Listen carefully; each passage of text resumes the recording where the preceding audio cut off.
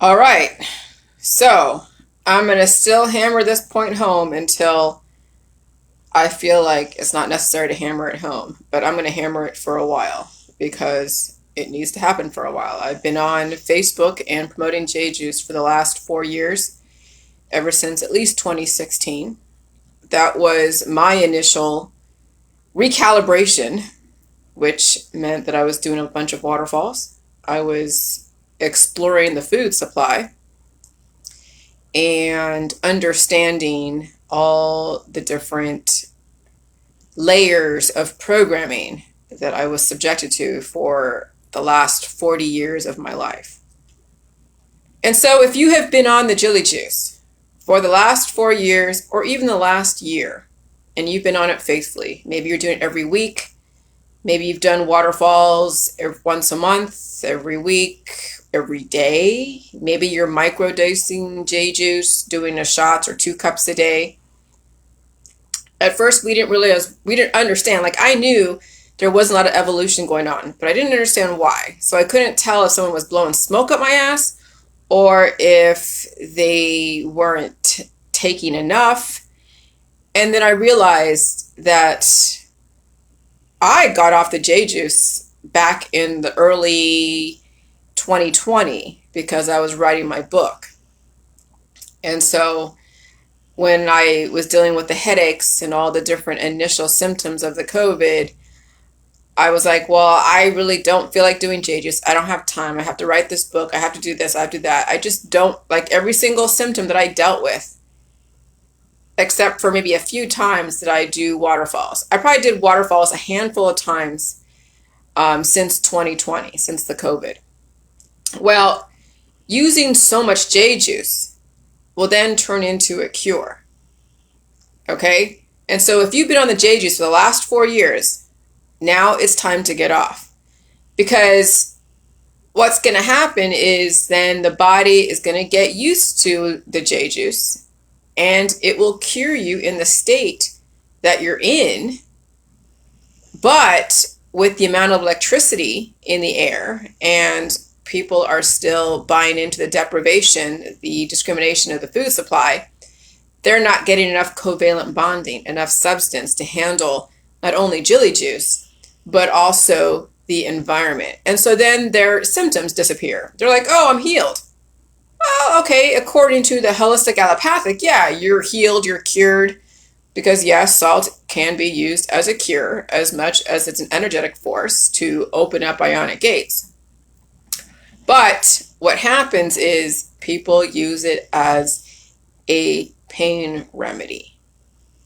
Okay, so this is tapping into the physics. This is about understanding positive and negative. Just because Jilly Juice is a positive cation, cation, does not mean that you keep using it. Does not mean that every single time you see there's a virus or you know there is a variant that you keep doing J Juice. So the whole thing is, this is now the moment of truth. This is the indicator of whether or not you're healed. Okay? You get off the J Juice, and if there are no symptoms, then there's no reason to be on J Juice. You're done.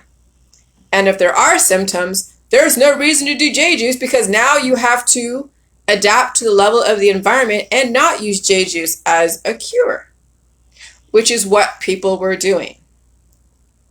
Because the thing with the J Juice, yes, it does have nutritional properties.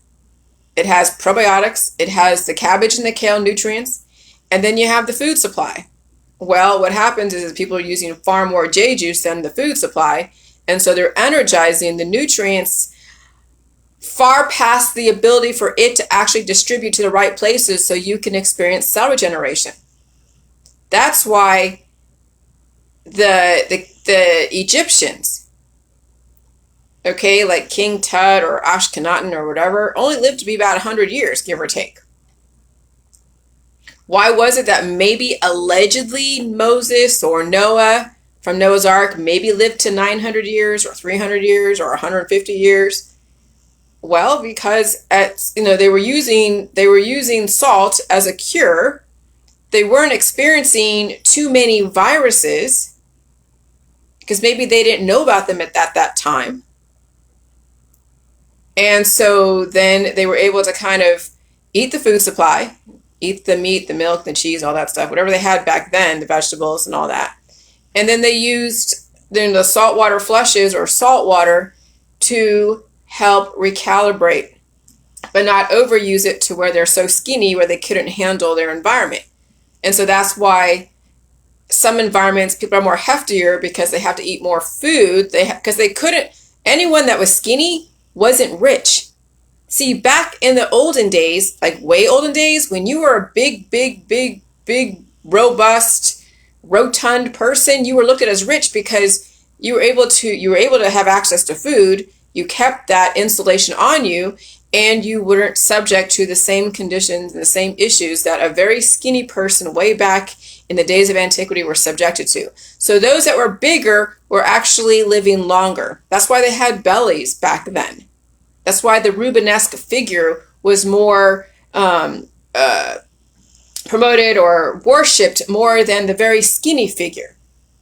Skinny figures were for the slaves, so to speak, because the slaves were being used to toil the earth and toil the land and build infrastructure, and they didn't have enough time to keep any of the substance on them because they were busy just utilizing and expending that energy. And so the ones that were rich were the more rotund, they had more meat on their bones. And so you can tell in any society who the rich people are. They're the ones that are like sitting on their throne directing, barking orders, and they have a lot of meat on their bones. Just no different than back in the 1940s, or some of the old cartoons where you see the really rotund people are the ones that are directing society, and the ones that are skinny are the ones that are utilizing their energy in such a level that they're the proletariat. The bourgeois are the ones that were bigger because they were able to afford the food, but also keep it on their body to handle the environment. And so now you're going to see now you have to understand that being skinny in our society is a sign of a slave. Okay? Being skinny in our society is a sign that you are toiling yourself to such an extent that you can't afford to keep any meat on your bones because you're utilizing it so much, or you have so many predispositions that you can't afford to keep it on your body. And so those that are bigger, who have relatively strong vital organs, will handle the different evolution that's going on, and they'll have the insulation, they'll have the wherewithal to handle all the evolutionary upgrades. And the skinny people in our society are the ones that are going to be at a deficit, and it will be detrimental to them because they won't have enough of the insulation to deal with the changes. And so the evolution of the Jilly protocol is now that we've reached a major palpable level of electricity in the environment. You have to pack on the pounds. You must get off the J juice because J juice is electric, yes. In the beginning, it opened up the ionic gates. It allowed all the hormones that were suppressed through the channel blocks to finally open up. That's why people experience so many different feelings when they're on the J juice, because finally all the pent up aggressive emotions that were suppressed through the channel blocking in the medical holistic industry is finally, the gates have been pushed open. A deluge of emotions and a deluge of hormones are now coming to surface. You're going to finally feel every single evolutionary upgrade that was stopped through the therapeutics, through the holistic allopathic modalities. Now you must deal with the things that you've suppressed, okay? And now you must put some weight on you. And so if you do get symptoms, that's your evolution that was suppressed. If you don't have any symptoms and you've been on the J juice for a while and you've been exposed to all these different environments, well, that's fine. You're healed. But when you do start feeling symptoms, it's because you finally are able to evolve to the level of your environment. You're not in a cured state anymore. Okay, so it's that whole balancing that it's very difficult to articulate in a society that is so stuck in the dualities and always are looking for a cure. And what made me figure this out was because when John was saying he could not figure out, or he could not taste the salt anymore in the J juice. He could drink it like it was water. He wasn't growing his hair. And I know that hair is supposed to be on humans. And then I looked at the Greek gods because they are the icons of what to be, because they knew back then what a viable, strong, productive member of society is they're large, yes. They have muscle and they have fat on their body and they have hair. And they're not using supplements or playing with their hormones to have a thick or have a ripped body with a bunch of hair like you see in these weightlifters. They're trying to look healthy, but they're not. And so I want to see my guys get a little paunchy, okay? I want them to have the dad bods, grow the hair, feel the symptoms, not get too obese or overweight and not get too underweight. It's that careful balance to match yourself with the environment. In a less aggressive environment, you can afford to eat a bunch of food and use J juice to help then mediate the energy levels, or you go out there and you run around. I mean, if your lifestyle is more energetic than not, then yes, you're going to be taking something like a J juice to help mediate and energize all your intracellular muscles. If you're more active, then you're going to not use as much J juice, eat a bunch of food so you can still match yourself to the environment.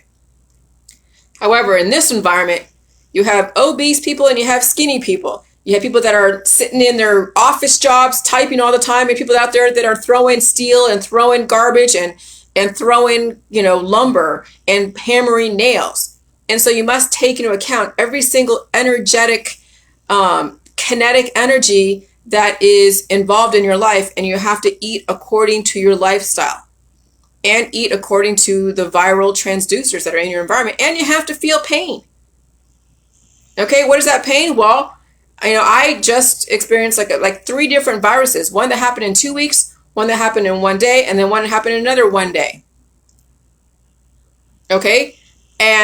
But the thing that I experienced wasn't any kind of physical pain per se, like someone who has predispositions would actually be experiencing.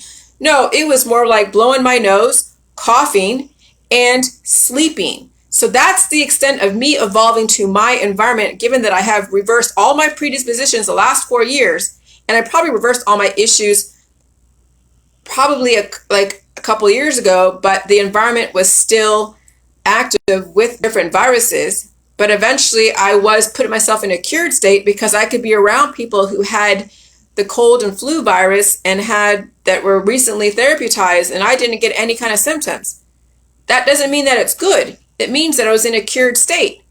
But that's okay, right? That's okay.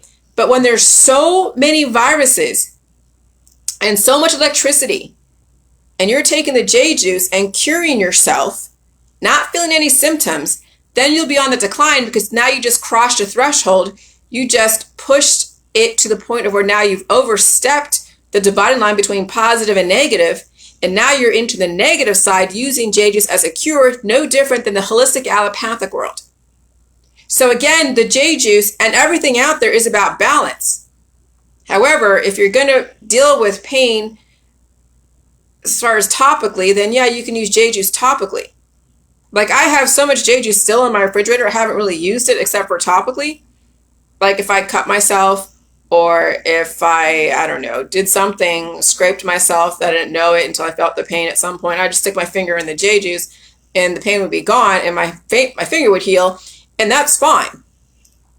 But if I have a pain in my head, which I haven't had, or if I felt really tired, I'm not going to take J juice. And I didn't even want to take coffee the other day when I was so tired because of a virus. I let my body sleep and regenerate and recalibrate. And so J juice can be used topically. It can be used internally in different orifices. But the whole waterfalls, not so much anymore. And so that's why today I was on John's page and Stevie G was like, oh yeah, I'm sipping J juice. And I'm like, get off it now.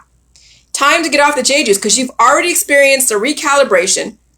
You have taken away all the old programming in your poop, in your colon, from doing waterfalls the last 5 years intermittently.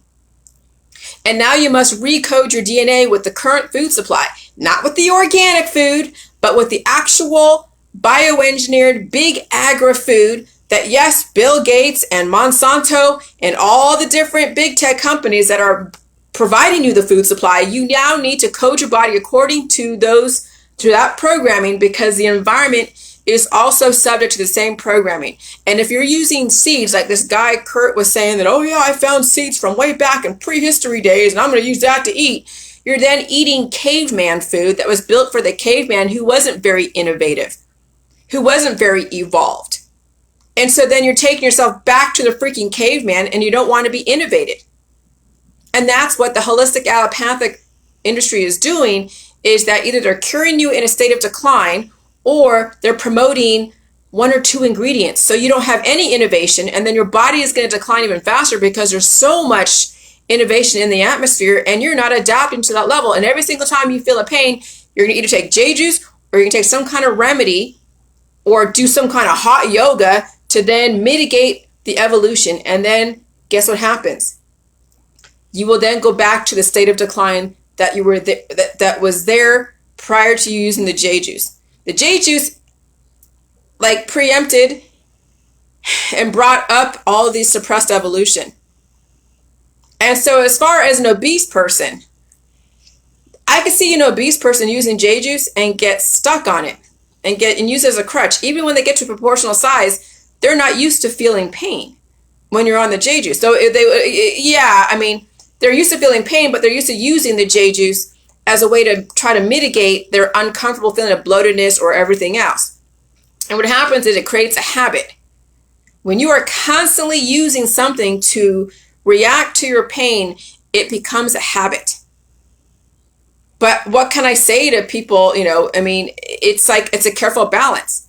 But again, a person who's obese can afford to be on the J juice for a very certain amount of time, but you got to be careful not getting into the habit of using it in reaction to any kind of pain. And so when there's no pain, you use J juice. Okay, if you're obese, and when there is pain, you get off it. So it's the complete opposite of how people were using J juice. People in my group were using J juice like only when they were in pain. And when they weren't in pain, they'd be like doing whatever, feeling great in that state of a plateau, which everyone is vying for. But as soon as they get exposed to a new variant, then they take J juice to try to disappear, which it happens, yes, but that's not the point. That will put you again behind the 8 ball.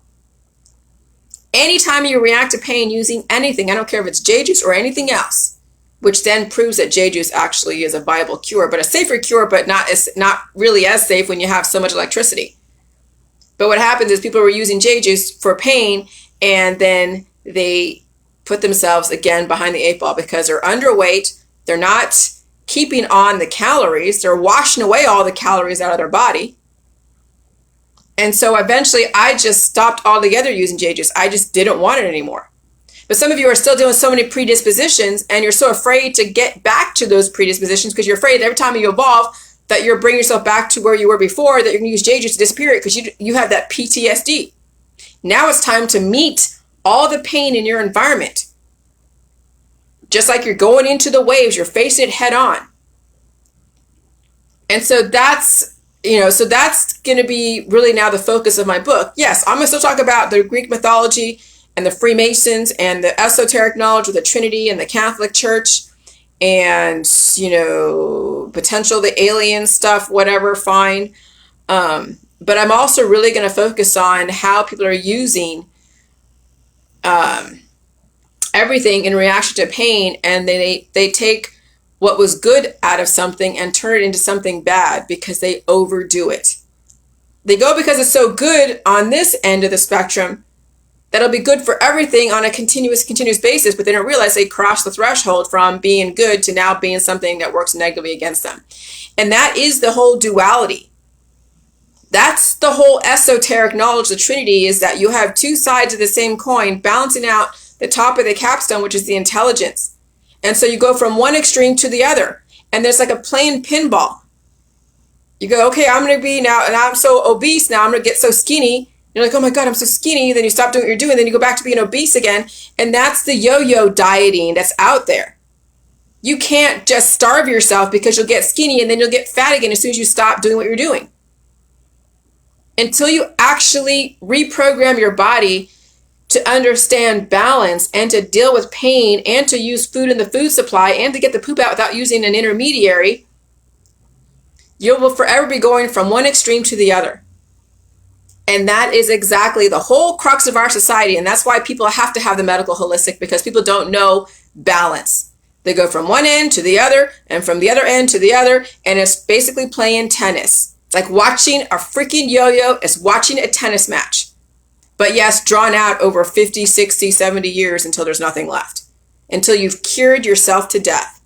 And that's why I say in my pinned post, JJ's is not a cure, but it's being used as a cure because, yes, I had to figure out how am I going to justify why people are not feeling any symptoms when they're on the J juice anymore. Well, they're either healed or they basically put themselves in another curative state. There's only two ways of which why people don't feel symptoms on J juice. That's why J juice is so loved and so hated. It's so loved because people don't feel symptoms, so they think they're cured or they think they're healed. But then they feel symptoms initially because that's what they're trying to get rid of, but they feel it. But then eventually then they don't feel it anymore and they think that everything is wonderful. Well, no, you're in a cured state. You are forever going to be evolving in a very dynamic society.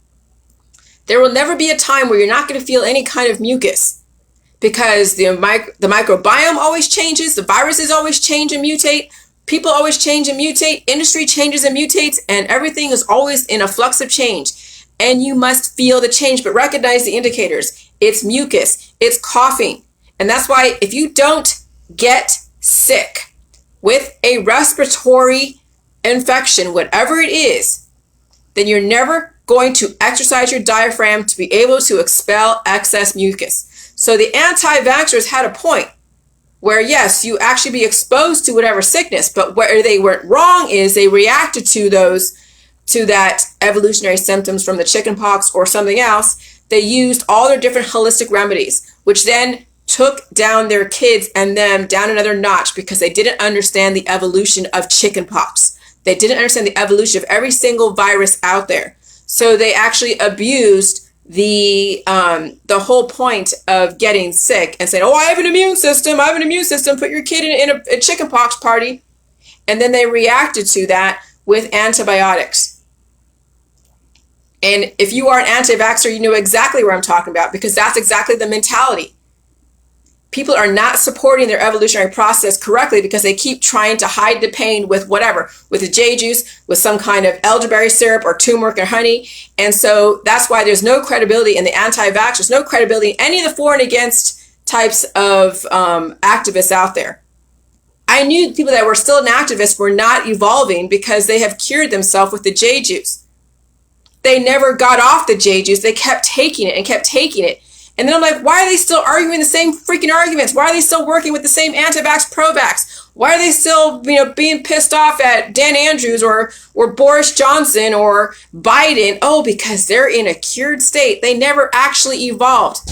They got things brought to surface, yes, and oh yeah, you're supposed to feel pain, but then they kept using J juice and never actually dealt with their pain. They never actually faced it. And so that's why there was no evolution. And that's why I couldn't have people next to me telling me shit in my ear, wanting to work with me and collaborate, because I knew what I was strong enough. But I didn't know that if Kevin was strong enough. That's why Kevin isn't with me. Not because he had anything. He wasn't bad, but he wasn't evolving with me. And he wasn't going to be ready for this. And I had to make sure that I had nobody in my ear telling me what I should be gearing towards, or arguing with me, or debating with me. Okay, but there's nothing wrong with Kevin at all per se. It's just the fact that people weren't evolving. I had to only evolve and see things and experience things for myself to understand what was going on. There was no way Kevin would understand where I'm coming from with this because he's in a cured state. That's why there was no testimonies, because they didn't have any issues. They were doing the waterfalls. But he had nothing to offer as far as anything because he wasn't facing anything because he was in a cured state. Well, no wonder I was kind of going like, scratching my head going like, what is going on with Kevin? What's going on with Bridget? What's going on with everybody else? Why are they not having some kind of the same revelations except for whatever they thought from doing the J juice, mixing all their hormones up to the surface? But there was really no real, what I thought was real evolution. So I'm just like, I just was like, what the fuck? And so that's when I realized once you get off the J juice and your stuff comes back, it's because you were cured. But that's not the point of J juice. If you get off the J juice and nothing comes back and you don't feel anything, then you're healed. So there's no reason to do J juice. And when something comes up, you don't do J juice because you're not supposed to chase away the symptoms with anything. Cured like bacon. Absolutely, Stevie. Cured like bacon. That's why salt was like used a long time ago and still today to keep things in a cured state. But we have such a dynamic environment and we're made of water as well, not just, meat and salt. There's no way to dehydrate anybody with J juice because people are drinking water. But they were curing themselves by then keeping all of their predispositions at bay. That's what these cures were. So then all the monsters of antiquity are people that finally allowed their evolution to come to surface and they didn't want to deal with it. And so they had weird things come up. I don't know if they had horns, but I'd say that people had weird things come up, bumps and lumps and tumors and things like that. All this stuff come to surface and then they disappear. So then how do you know that you could look at me? I'm 47 years old, going to be 48 in February. All of my skin conditions are gone. I have been off really the J juice since 2020. Okay. I haven't had my period since April, whatever that means. I don't know. I'm not pregnant. I am now more curvy. I have more meat on my bones. I'm clear-headed. When I'm tired, I go to sleep. I actually sleep most of the night. But that lately, though, with all the full moon and all the different viruses, it kind of messes with your circadian rhythm sometimes. So then you make up for it at certain times. But I'm actually now fluid and aligning myself with the environment. And so the mainstream media is going to tell you there's a variant. And so that will prepare you to feel something different. When there's variants in the environment and you don't feel them, you're in a cured state of decline. That's what all these therapeutics are doing. So the therapeutics aren't bad. They're just making you not react to your environment, which is the whole point of the vaccines, is they don't want so many people trying to evolve simultaneously, and they want to have infrastructure and they want to have consistent people who are not always evolving. But that's because they haven't given themselves the time to get to a certain point where the evolution is not as intense. So everybody in different states of decline, way behind the 8 ball, and now you're telling them, okay, now don't do any of the vaccines, don't do any of this stuff, and then people are like, oh my God, and they feel everything, and then they don't have the thermodynamics to handle the evolution, then yeah, people pass away. And so the vaccines are like a cure. That's why these elite, like the Queen, okay, and like Ruth Bader Ginsburg, and like all these people that can live to 100, they're in a cured state. But the cured state only lasts so long. That's why there's a lifespan. A cured person only has a lifespan. An evolving person doesn't have a lifespan. They just keep evolving with the environment. And when the environment calms down and they're more sedentary, they'll pack on the weight. So they have to either go out and run around somewhere, or they have to drink some kind of concoction that will energize their intracellular muscles to release the excess and be like the exercise in lieu of some kind of treadmill. And so you always have to gauge your environment and your community to see how you then eat and deal with your symptoms, which is basically being with it.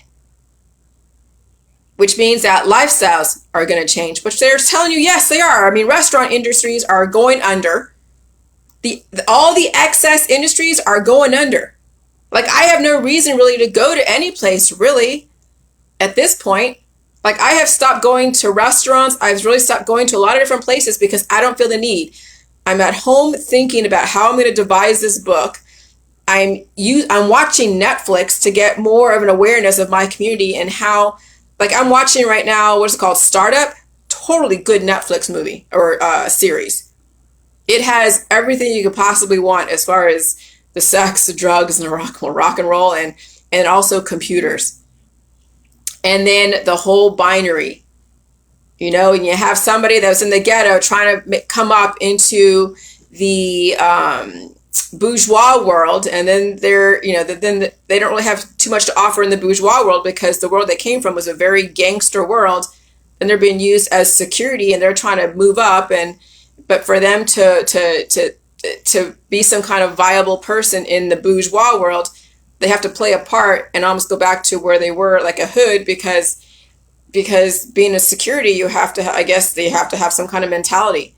And he was trying to get out of that mentality, and they're like, no, you're better off in security within the bourgeois world. And then he goes back to the dark side to try to fit into the light side. That's where the whole dark side, light side came into being, as far as my post, because I'm watching this movie where, yes, we have people that try to fit into different levels of society, and it's hard to take the hood out of somebody.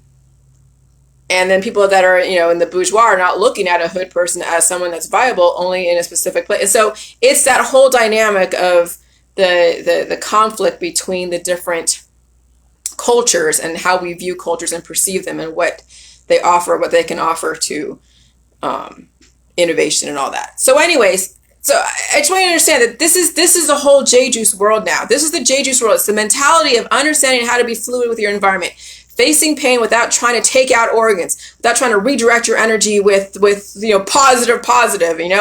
It's all about understanding why the government is doing what they're doing. And they definitely did foster a lot of humans who are glitching in different times. And so the reason why we have the rules that we have and why we have the regulations that we have was to say, okay, these are the ways to protect yourself. You have the mask, the vaccines, the therapeutics, then there's the Jilly juice, then there's all this stuff. And we've given you all the warnings out there. We're going to open up society. And so now you know that there's a Delta variant and a Delta plus variant. So either you wear a mask, or you get a vaccine, or you deal with it and get off the J-juice and deal with the virus and not try to cure it away with all the things that are out there. And most people have been trained to cure away all of their issues to where then it energizes themselves out of existence. It'll accelerate their intentions. They don't want to feel pain. They don't want to feel evolution. And they want to blame somebody for something. And so there's a lot of different psychological programmings going on right now. You have to be able to rise above. You must be able to rise above the dualities. And so at some point, when you finally face the freaking pain, it's going to change you. I told you in my post from like a couple weeks ago, pain changes you, but it must be supported with the food supply. You must get the poop out. You must make sure that your sphincter and your diaphragm, your alimentary canal is strong enough to be able to expel the excess programming so the body can be reprogrammed to the level of the environment. If you're not going to exercise your respiratory system, then you will forever be turning to intermediaries that are going to weaken your resolve, and you won't be able to handle the environment, and you'll always turn to something until that something energizes you out of existence, to extinction. And so you see all the exercise gurus, the yoga artists, the meditation people, all the ones that are so heavy on the J-juice but don't want to get off it because they're so afraid of the virus, they're going to energize themselves out of existence. And so that's why Dr. Phil put me on mainstream media, because they probably knew it worked up to a certain point. But they also know how humans are. Humans overdo shit. Humans overdo things. They're like, oh, too much of a good thing equals a bad thing. And that is the all-seeing eye, the top of the capstone. That is everything with esoteric knowledge. It's understanding the indicators, understanding balance. If you don't understand indicators or understand balance, you will overdo everything, or you'll bitch about how it feels to evolve. And then you won't want to evolve, and you'll scare everyone away from evolving.